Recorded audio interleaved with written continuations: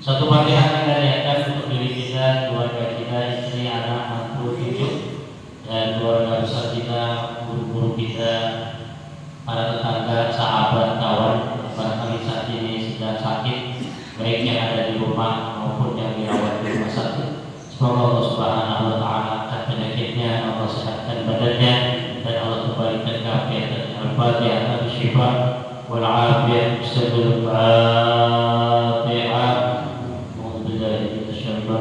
Bismillahirrahmanirrahim. Alhamdulillahirabbil alamin, arrahmanirrahim, maliki yaumiddin. Iyyaka na'budu wa iyyaka nasta'in. Ihdinas siratal mustaqim. Shiratal ladzina an'amta 'alaihim ghairil maghdubi 'alaihim waladdallin. Amin. Bismillahirrahmanirrahim. Alhamdulillahirabbil alamin. Wassalatu wassalamu ala asyrafil anbiya'i wal mursalin sayyidina Muhammadin wa ala alihi wa sahbihi ajma'in. Subhanaka la ilma lana illa ma 'allamtana innaka antal 'alimul hakim wa tub 'alaina innaka antat tawwabur rahim. Rabbi shrah li sadri wa yassir li amri wahdid qalbi bisaddi bihaqqi sayyidina Muhammadin sallallahu alaihi wa alihi wasallam. Allahumma inna nas'aluka al-futuh wal munuh wal rusuh wa salah al-jasad wal ruh wa taubatan nasuh.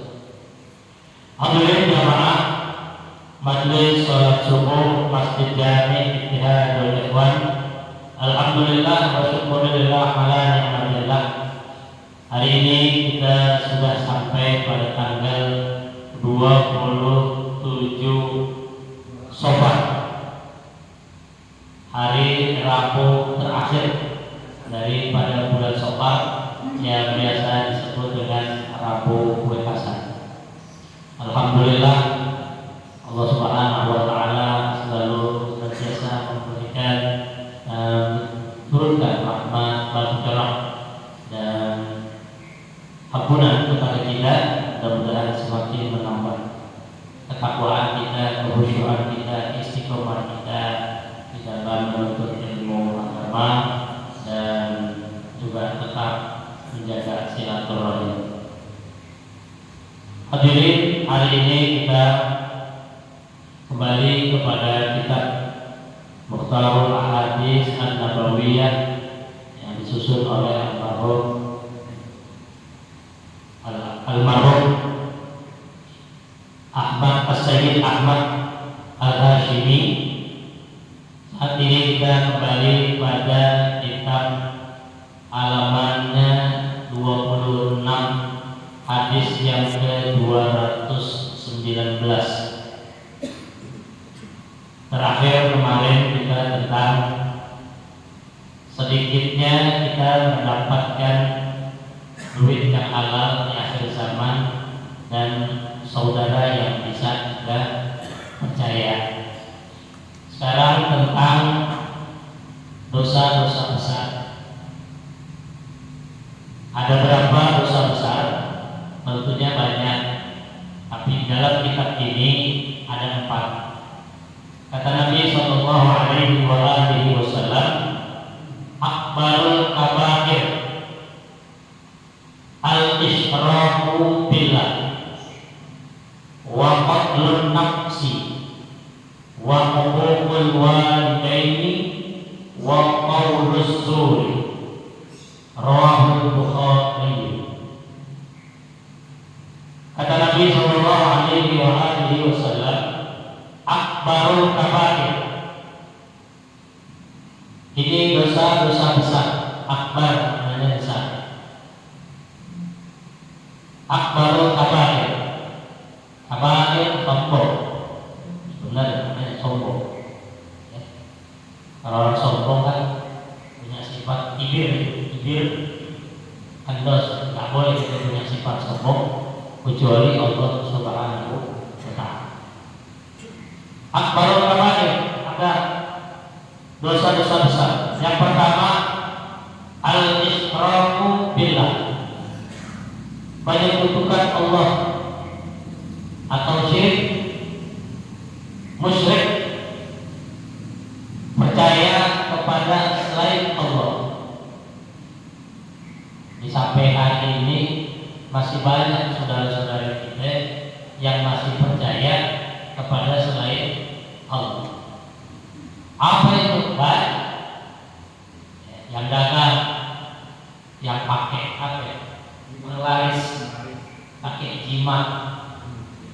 Ya, ada dulu zaman saya masih anak-anak, dagang ada warung, tempat duitnya di kotak duit ditaruhin bawah di cabai.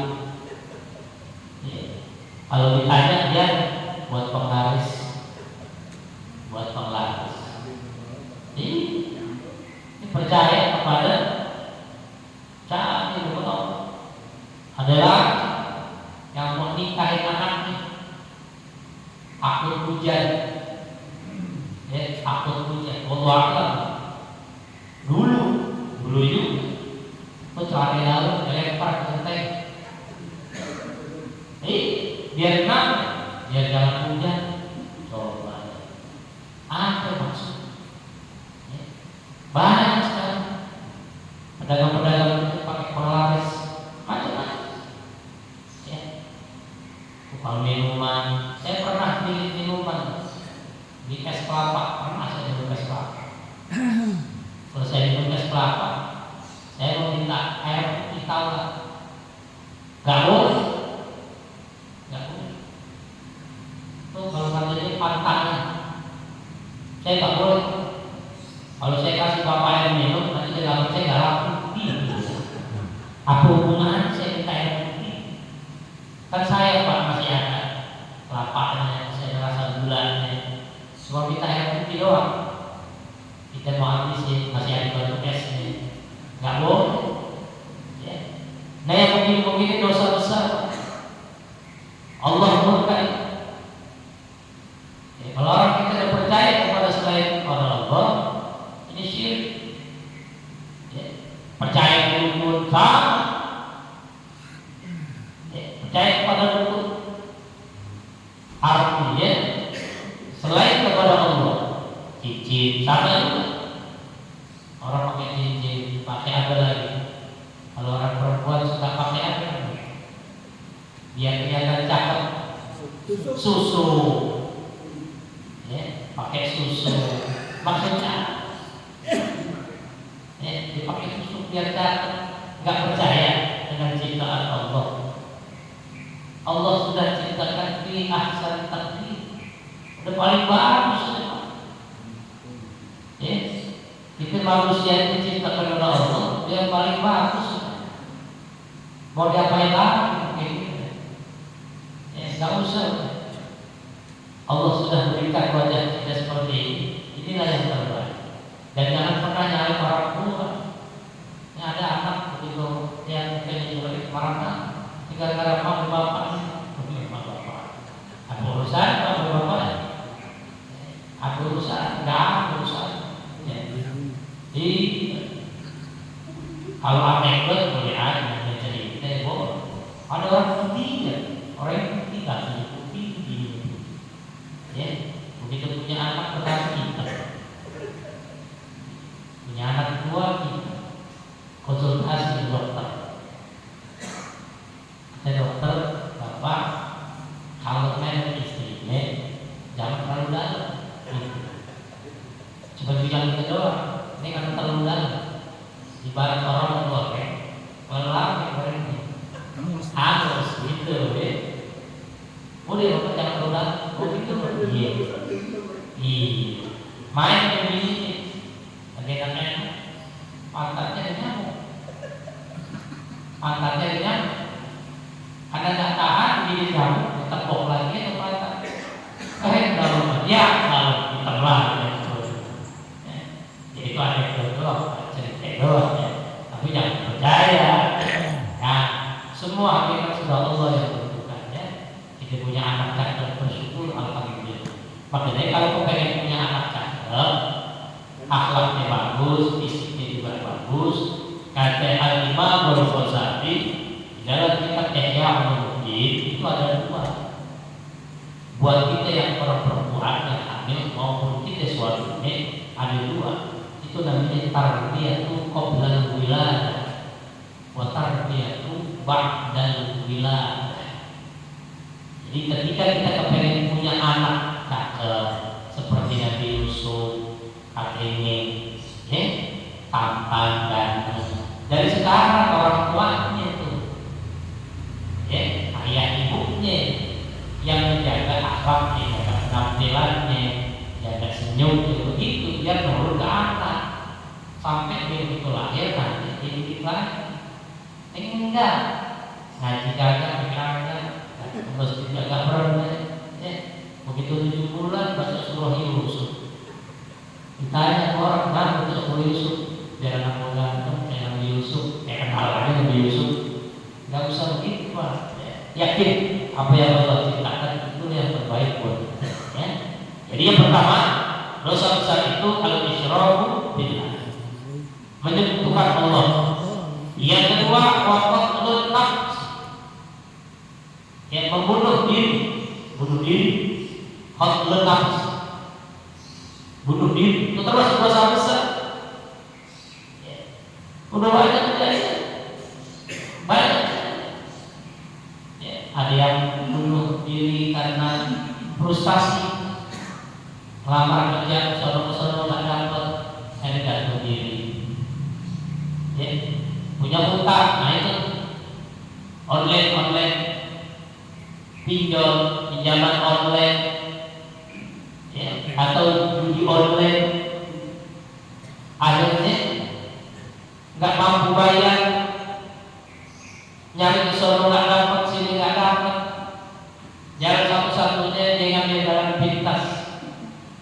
Akhirnya dia gantung diri, dia bunuh diri. Dia pikir persoalan sudah selesai. Benar, di dunia urusan sudah selesai. Idza mata Adam inqata amal. Benar. Orang kalau sudah mati urusan kepada dunia selesai. Tapi ya nanti akan diminta pertanggungjawaban oleh Allah Subhanahu wa taala di yaumul qiyamah. Ini anak sekarang main judi, akhirnya dia nggak sanggup, dia bunuh diri. Dia melakukan tindakan macam-macam yang bikin malu keluarga, akhirnya dia bunuh diri. Kenapa? Semua karena kembali kepada iman. Cobalah kita berserah diri kepada Allah Subhanahu wa taala. Ada persoalan apa kita minta kepada Allah? Baru agama minta sama Allah. Allah akan berikan kita rezeki dari arah mana saja kita tahu. Mayyattaqillaha yaj'al lahu makhraja wa yarzuqhu min haitsu la yahtasib. Allah akan berikan, percaya kepada Allah. Jangan kita ragu sama Allah. Saat saya bingung, saat saya berdoa, saya sudah sholat, sudah minta begini, tapi kok nggak dapat dapet. Kita introspeksi aja. Barangkali cara sholat kita yang salah. Ya, mau sholat mungkin cara wudhu kita. Ya, nih orang laki kalau wudhu itu bukan orang laki, orang perempuan. Wudhu itu kan kalau tangan tuh mana sampai situ. Ya, sampai situ. Kan ada orang wudhu cuma sampai sini, terutama yang kerja di kantor. Ya, dia malas gulung tangan, baju tangan panjang dia malas gulung, cuma sampai segini, kan tidak sah sholat. Bagaimana Allah mau terima? Ya, cara cuci muka, ya, gimana cara cuci mukanya? Mungkin gak niat. Kok apa ya? Sama kita sholat ini bisa diterima atau tidak? Dilihat cara kita bersuci, cara wudhu kita, atau kita sholat tantara. Kalau kita sholat tantara, Allah juga berikan rezeki kita tantara. Jangan kita menuntut kepada Allah, tetapi hak kewajiban kita kepada Allah kita abaikan. Waqad nafs, jika menyebabkan kita putus asa, kita tidak bisa menyerahkan diri kita kepada Allah, kita ngambil jalan pintas, kita bunuh diri. Sudah banyak orang tanah yang mati bunuh diri. Banyak. Itu kalau dulu itu gimana? Ya udah tugas anak cucu bantunya, saudaranya. Ini Fatihah aja doanya, ya, urusan dia nanti tetap kepada Allah Subhanahu wa taala. Yang jelas ini adalah ciri-ciri dosa besar. Nanti dari empat dosa besar ini, ya, kata Nabi, Allah yudkhiluhumul jannah wa la yudkhiluhumul. Jadi kalau orang sudah masuk dalam kategori dosa besar, jangankan dia masuk surga, ya, dia kan tidak akan mendapatkan nikmat surga itu, tidak dapatkan. Bagaimana mau masuk surga? Kemudian yang ketiga, wa uququl walidain. Nah ini anak sekarang, wa uququl walidain, durhaka kepada orang tua. Ini anak sekarang sudah banyak tahu. Kita didik anak kita tentang akhlakul karimah. Bagaimana anak menghormati orang tua. Ya. Sebodoh apapun yang namanya ayah ibu, itulah orang tua kita. Kita ada lantaran dia, kita ada sabab dia. Ya. Ingat, ya, murkanya Allah, ridhonya Allah itu bergantung kepada orang tua. Ridho Allah fi ridhal walidain, wasutullah fi sutil walidain. Nah kita sekarang bukan jadi orang tua, ya, itu jadi orang tua. Gimana kita didik anak kita? Jangan sampai dia berani kepada orang. Allah sudah tetapkan dalam Al-Quran, setelah menyembah Allah, suruh berbakti kepada orang tua. Tapi Al-Quran mengatakan, a'udzubillahi minasyaitonir rajim, wa qadha rabbuka alla ta'budu illa iyyahu wa bil walidayni ihsana. Jadi setelah kita ibadah kepada Allah, jangan lupa bakti kepada dua orang tua. Jadi kalau sudah berani kepada orang, kita durhaka kepada orang tua, jangan harap kita bisa masuk surga. Dulu zaman Rasulullah ada yang namanya Al-Qamah. Kisah Al-Qamah ini bisa menjadi iktibar buat kita, buat belajar. Al-Qamah ini sahabat Rasulullah. Bagaimana dia tidak baktinya kepada Nabi, dia ibadah kepada Nabi, bahkan sholat berjamaah nggak pernah tinggal. Ya, sholat berjamaah nggak pernah tinggal. Tapi ketika mau mati, ketika sadaratul maut, disuruh mengucapkan kalimat la ilaha illallah, dia nggak sakit. Al-Qamah nggak sakit, nggak bisa. Pertama Bilal disuruh, dari Bilal disuruh siapa? Ali, kemudian Utsman, Umar, sampai Abu Bakar yang bimbing nggak bisa. Bahkan ketika baginda Rasul juga ikut bimbing, masih nggak mampu. Maka ditanya kepada istri, wahai istri Al-Qamah, dosa apa yang berbuat oleh aku? Saya nggak tahu ya Rasul. Saya ditanya sama Rasul, apakah Al-Qamah masih ada orang tua? Ada ibunya, panggil, disuruh panggil. Maka ketika dipanggil ibunya, wahai ibu Al-Qamah, dosa apa yang berbuat oleh aku? Apa kata ibu Al-Qamah? Ya Rasulullah, Al-Qamah ini anakku, aku yang lahirkan. Aku hamil 9 bulan, aku bawa dia kemana-mana. Berat rasanya, aku bawa.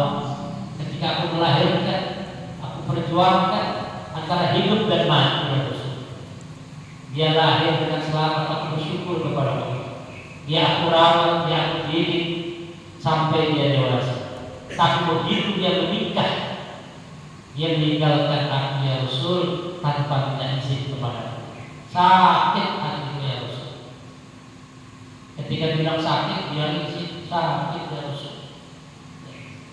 Adalah aku cita-cita sakitnya tuh di sini. Memang sakit itu di sini. Kalau sudah bicara hati, sakit hati. Jadi ibu ini cuma karena ditinggal Al-Qamah saja, dia lebih cinta kepada istrinya ketimbang aku ya Rasul. Maka ketika dia meninggalkan aku bicara kepada Allah, ya Allah, aku gak akan pernah rela apa yang pernah dibuat oleh Allah. Karena lantaran, tapi Allah masih sayang pada Allah. Bagaimana caranya? Biar ibadahnya Allah terima. Maka kata Rasulullah, wahai Al-Qamah, baik, kalau engkau tidak rela, engkau tidak mau memaafkan Al-Qamah, baik, hari ini engkau saksikan Al-Qamah akan aku bakar di hadapanmu. Kenapa aku bakar? Biar dia tidak merasakan panasnya api neraka. Sekarang dia rasakan panasnya api dunia, dia kelak dia tidak merasakan panasnya api neraka. Akhirnya dikumpul di kota ibadah.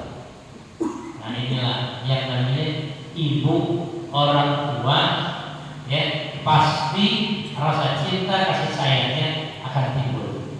Jadi sejahat apapun ibu, semarah apapun ibu, ketika melihat anaknya dizalimi, anaknya disakiti, pasti timbul rasa sayang, rasa cinta, kasihnya. Ketika kain sudah dikumpulkan, maka ketika Rasulullah perintahkan kepada para sahabat untuk mengangkat Al-Qamah untuk diletakkan di atas kayu bakar, maka ibunya Al-Qamah bilang, ya Rasul, di hadapanmu dan di hadapan Allah hari ini aku maafkan, aku redha dengan apa yang sudah dilakukan oleh Al-Qamah, aku ikhlas. Ketika ibunya sudah memaafkan kesalahan Al-Qamah, di saat itulah Al-Qamah terdengar ucapan la ilaha illallah. Akhirnya Al-Qamah bisa mengucapkan kalimat la ilaha illallah. Makanya dalam hadis Nabi, man akhira kalamuhum la ilaha illallah dakhala jannah. Jadi kuncinya di orang tua. Kita ibadah, rajin sembahyang, jamaah subuh, hadir ngaji, tapi kita orang tua enggak bakti, orang tua berani, bala takul lahuma usyrik. Ngomong aja orang tua enggak boleh. Enggak boleh kita ngomong orang tua. Disuruh orang tua udah kerjain. Kasih tahu anak-anak kita, ya. Ini anak muda yang dengar suara saya, gitu kan? Kalau sudah orang tua memerintahkan kita kerjain. Jangan pernah menolak dan jangan pernah mengatakan atau tak dulu.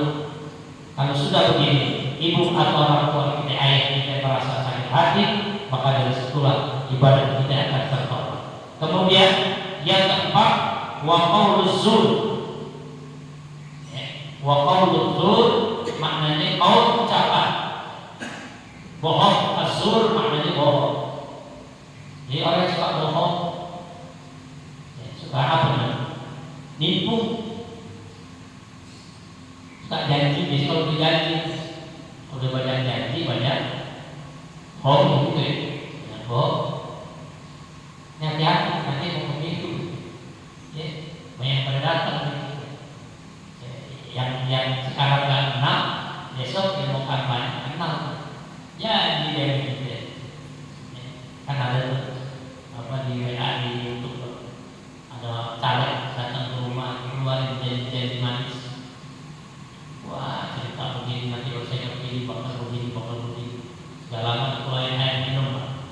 Dikeluarin air minum. Air teh keluarin yang kopi. Begitu diminum kopi, Pak. Asal dicalon kopi pahit banget. Kan yang manis-manis sudah dari bapak tadi. Yang manis-manis sudah dari bapak. Maksudnya bapak kan jadi manis-manis. Kan kalau saya jadi begini, kalau saya juga begini. Kan kalau menjadi ada juga, Pak. Ya, pokok tua, pokok usul, di bohong, tidak bakal.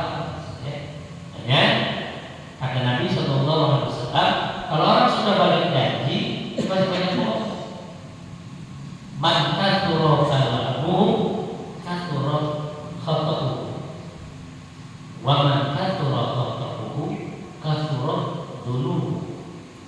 Wa man katsura dhunubuhu dakhalan nar. Kalau orang yang banyak ngomong, banyak janji, dia pasti banyak bohongnya. Dia pasti banyak bohongnya, Pak. Ya. Nanti kita lihat, ya, banyak ya. Kalau udah banyak ngomong, banyak janji, udah banyak bohong. Orang kalau sudah banyak bohongnya, oleh kategori udah banyak dosanya. Kalau orang udah banyak dosanya, tempatnya di neraka.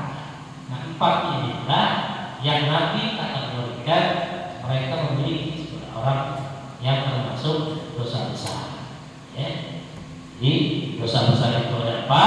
Akbarul kabair al-isyraku billah wa qatlun nafsi wa uququl walidain wa qauluz zur. Rawahul Bukhari. Hadis riwayat Imam Bukhari. Ya. Ikatan hadis yang pertama Bukhari Muslim, yang kedua Bukhari, yang ketiga Muslim, baru yang keempat Imam Ahmad, kemudian Imam Hambal, Imam Baihaqi, An-Nasai, banyak. Tapi tingkatan hadis yang hasan, yang hadis itu Bukhari Muslim, Bukhari kemudian Muslim. Bukhari itu adalah ulama besar kelahiran Soviet, Rusia. Kalau bapak buka peta, cari yang namanya kota Bukhara. Disitulah Imam Bukhari dilahirkan. Bagaimana Imam Bukhari bisa menghafal jutaan hadis dan dia tidak sembarangan mencari guru. Ketika mau belajar pada seorang ulama, dia tak langsung belajar, dia lihatin dulu kehidupan sehari-harinya di ulama. Ya, ada yang sedikit nggak cocok dalam hatinya, nggak jadi belajar. Imam Bukhari. Ya. Nah, kalau kita nyari ulama yang seperti dikatakan itu mungkin susah, ya kita belajar. Banyak ustaz-ustaz di kampung di sini belajar. Ya, ambil dulu. Ya, manfaat buat kita, buat kehidupan kita, dunia wal akhirah. Mudah-mudahan dari 4 golongan ini tidak ada pada diri kita.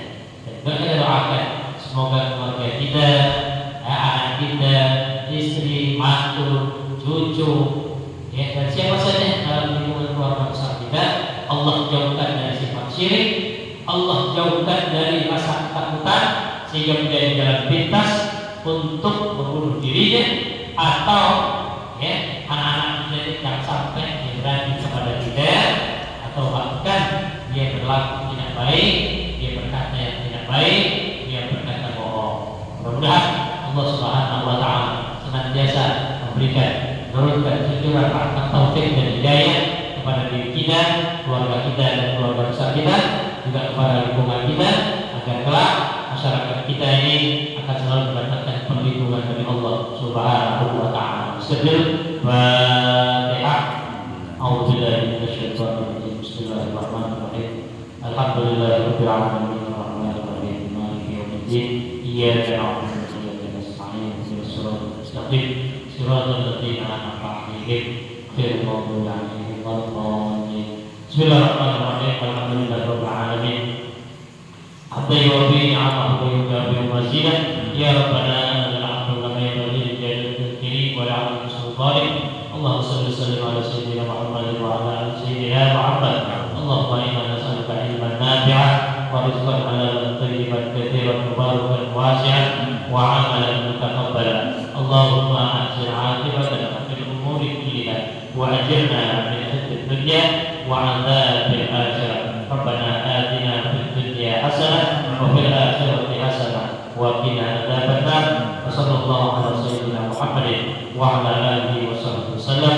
Walhamdulillahi rabbil alamin. Alhamdulillah ala ni'amillah. Alhamdulillah ala barakatillah. Alhamdulillah hamdan yuwaffi ni'amahu wa yukafi mazidah. Walhamdulillahi rabbil alamin. Ya Rasulullah salamun alaik ya Rabbi asyani wa daraji. Ya Rasulullah salamun alaik ya Rabbi asyani wa daraji. Ya Rasulullah salamun alaik ya Rabbi asyani wa darji. Allahumma salli wa sallim wa barik